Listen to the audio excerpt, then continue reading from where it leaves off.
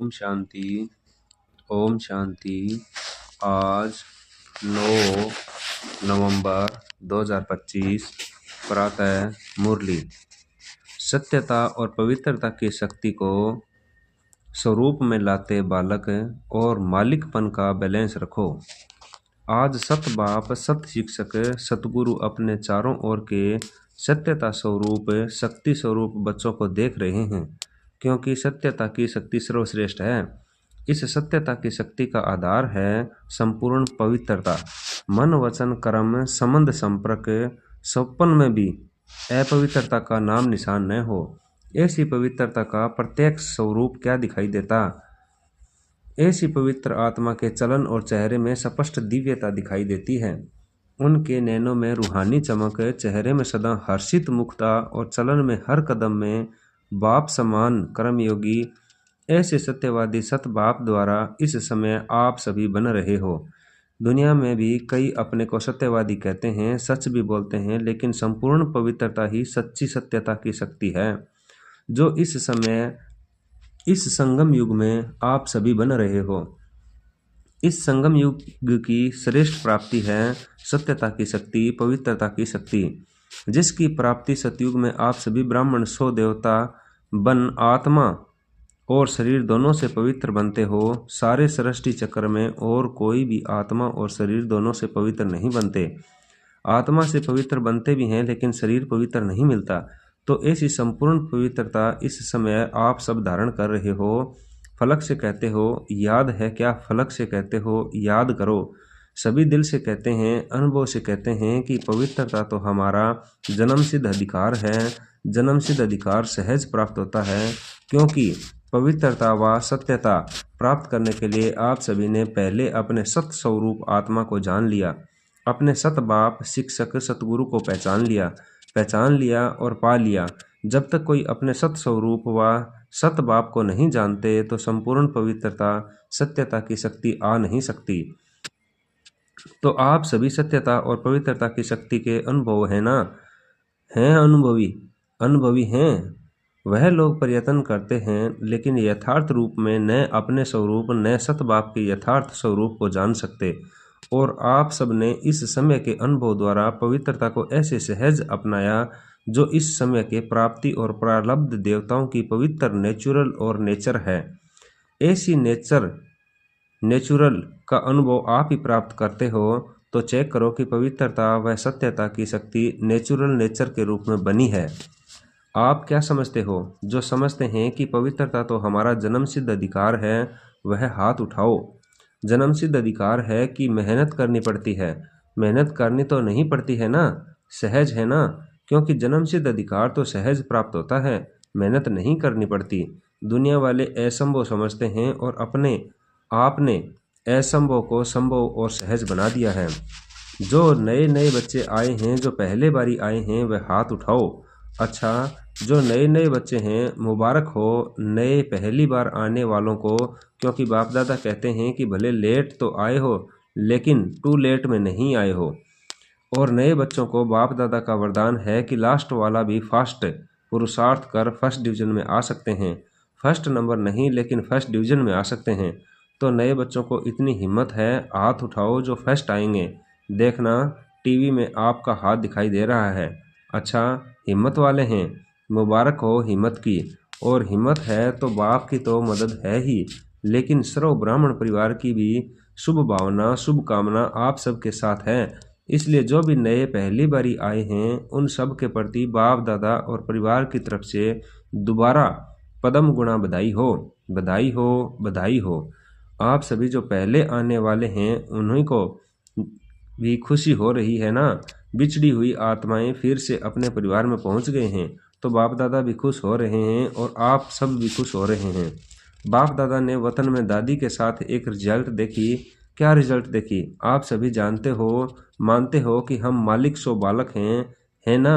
मालिक भी हो, बालक भी हो, सभी हैं। हाथ उठाओ, सोच के उठाना, ऐसे नहीं, हिसाब लेंगे ना। अच्छा, हाथ नीचे करो। बाप दादा ने देखा कि बालकपन का निश्चय और नशा यह तो सहज रहता है, क्योंकि ब्रह्म कुमार और कुमारी कहलाते हो तो बालक को हो तभी तो ब्रह्म कुमार कुमारी कहलाते हो, और सारा दिन मेरा बाबा यही स्मृति में लाते हो। फिर भूल भी जाते हो लेकिन बीच बीच में याद आता है, और सेवा में भी बाबा बाबा शब्द नेचुरल मुख से निकलता है। अगर बाबा शब्द नहीं निकलता तो ज्ञान का कोई प्रभाव नहीं पड़ता। तो जो भी सेवा करते हो, भाषण करते हो, कोर्स कराते हो, भिन्न भिन्न टॉपिक पर करते हो, सच्ची सेवा का प्रत्यक्ष स्वरूप व प्रत्यक्ष प्रमाण यही है कि सुनने वाले भी अनुभव करें कि मैं भी बाबा का हूँ, उनके मुख से भी बाबा शब्द निकले। कोई ताकत है यह नहीं, अच्छा है यह नहीं, लेकिन मेरा बाबा अनुभव करें, इसको कहेंगे सेवा का प्रत्यक्ष फल। तो बालकपन का नशा व निश्चय फिर भी अच्छा रहता है, लेकिन मालिकपन का निश्चय और नशा नंबरवार रहता है। बालकपन से मालिकपन का प्रैक्टिकल चलन और चेहरे से नशा कभी दिखाई देता है, कभी कम दिखाई देता है। वास्तव में आप डबल मालिक हो, एक बाप के खजानों के मालिक हो, सभी मालिक हो ना खजानों के, और बाप ने भी सभी को एक जितना ही खजाना दिया है। कोई को लाख दिया हो, कोई को 1000 दिया हो, ऐसा नहीं है। सभी को सब खजाने बेहद के दिए हैं, क्योंकि बाप के पास बेहद के खजाने हैं, कम नहीं हैं। तो बाप दादा ने सभी को सर्व खजाने दिए हैं, और एक जैसे एक जितने दिए हैं। और दूसरा, सब राज्य के मालिक हो, इसलिए बाप दादा फलक से कहते हैं कि मेरा एक एक बच्चा बच्चा है। तो राजा बच्चे हो ना, प्रजा तो नहीं। राजयोगी हो कि प्रजा योगी हो, राजयोगी हो ना तो स्वराज्य के मालिक हो। लेकिन बाप दादा ने दादी के साथ रिजल्ट देखा, तो जितना नशा बालकपन का रहता है उतना मालिकपन का कम रहता है। क्यों? अगर स्वराज्य के मालिकपन का नशा सदा रहता तो यह जो बीच बीच में समस्याएं या विघ्न आते हैं वह आ नहीं सकते। वैसे देखा जाता है तो समस्या व विघ्न आने का आधार विशेष मन है। मन ही हलचल में आता है, इसलिए बाप दादा का महामंत्र भी है, मन मना भवै। तन मना भवै, धन मना भवै नहीं है, मन मना भवै है। तो अगर स्वराज्य का मालिक है तो मन मालिक नहीं है, मन आपका कर्मचारी है, राजा नहीं है। अर्थात राजा अर्थात अधिकारी, अधीन वाले को राजा नहीं कहा जाता है। तो रिजल्ट में क्या देखा कि मन का मालिक मैं राज्य अधिकारी मालिक हूँ। यह समृद्धि, यह आत्म स्थिति कम रहती है, सदा नहीं रहती। मैं है पहला पाठ, आप सबने पहला पाठ क्या किया था? मैं आत्मा हूँ, परमात्मा का पाठ दूसरा नंबर है, लेकिन पहला पाठ मैं मालिक राजा इन कर्मेंद्रियों का अधिकारी आत्मा हूँ, शक्तिशाली आत्मा हूँ, सर्व शक्तियाँ आत्मा के निजी गुण हैं। तो बाप दादा ने देखा कि जो मैं हूँ, जैसा हूँ, उसको नेचुरल स्वरूप समृद्धि में चलना, रहना, चेहरे से अनुभव होना, समस्या से किनारा होना, इसमें अभी और अटेंशन चाहिए। सिर्फ मैं आत्मा नहीं, लेकिन कौन सी आत्मा हूँ? अगर यह समृद्धि में रखो तो मास्टर सर्वशक्तिमान आत्मा के आगे समस्या व विघ्न की कोई शक्ति नहीं जो आ सके। अभी भी रिजल्ट में कोई न कोई समस्या व विघ्न दिखाई देता है, जानते हैं, लेकिन चलन और चेहरे में निश्चय का प्रत्यक्ष स्वरूप रूहानी नशा वह और ही प्रत्यक्ष होना है। इसके लिए यह मालिकपन का नशा, इसको बार बार चेक करो। सेकंड की बात है चेक करना। कर्म करते, कोई भी कर्म आरंभ करते हो, आरंभ करने टाइम चेक करो। मालिकपन की अथॉरिटी से कर्मेंद्रियों द्वारा कर्म कराने वाली कंट्रोलिंग पावर, रूलिंग पावर वाली आत्मा समझ कर्म शुरू किया या साधारण कर्म शुरू किया। समर्थी स्वरूप से कर्म आरंभ करना और साधारण स्थिति से कर्म आरंभ करना, उसमें बहुत फर्क है। जैसे हद के मर्तबे वाले अपना कार्य करते हैं तो कार्य की सीट पर सेट होके फिर कार्य आरंभ करते हैं। ऐसे अपने मालिकपन के स्वराज्य अधिकारी की सीट पर सेट होके फिर हर कार्य करो। इस मालिकपन के अथॉरिटी की चेकिंग को और बढ़ाना है, और इस मालिकपन के अथॉरिटी की निशानी है सदा हर कार्य में डबल लाइट और खुशी की अनुभूति होगी, और रिजल्ट सफलता सहज अनुभव होगी। अभी तक भी कहाँ कहाँ अधिकारी के बजाय अधीन बन जाते हो।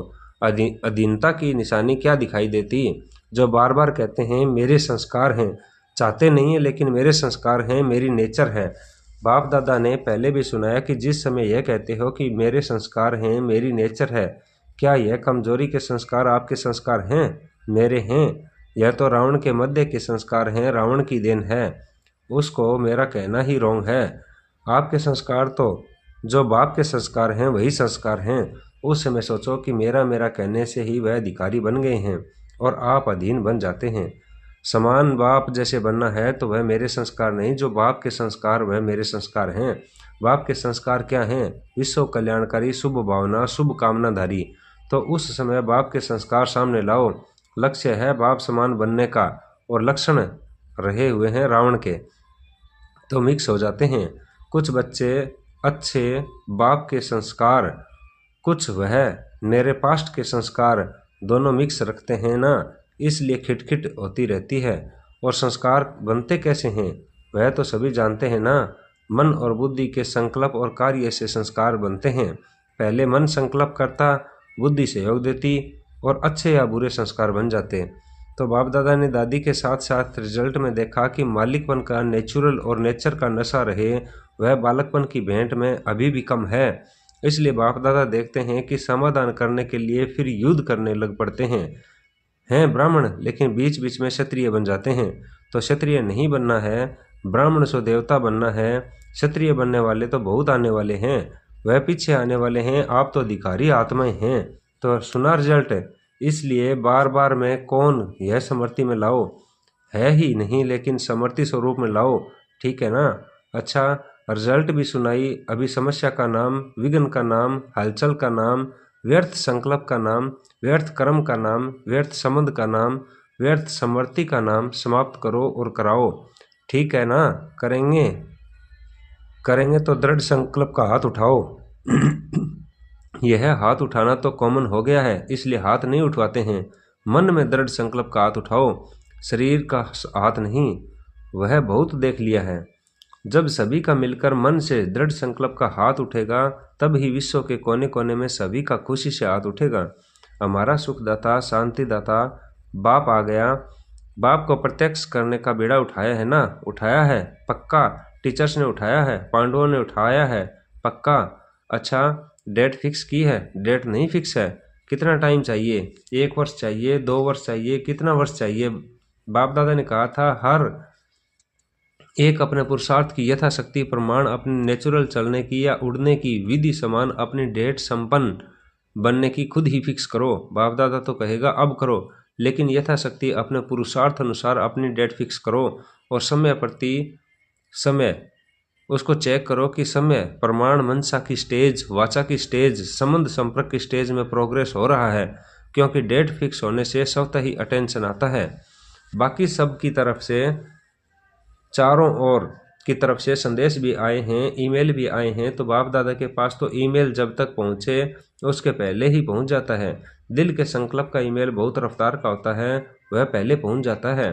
तो जिन्होंने भी याद प्यार समाचार अपनी स्थिति का, अपनी सेवा का भेजा है, उन सबको बाप दादा ने स्वीकार किया। याद प्यार सभी ने बहुत अच्छे उमंग उत्साह से भी भेजी है।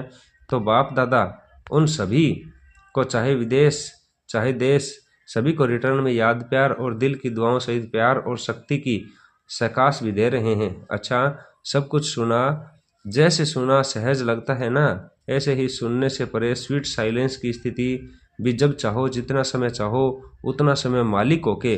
पहले विशेष है मन के मालिक, इसलिए कहा जाता है मन जीते जग जीत। तो अभी सुना, देखा, आत्मा राजा बन मन बुद्धि संस्कार को अपने कंट्रोल में कर सकते हो।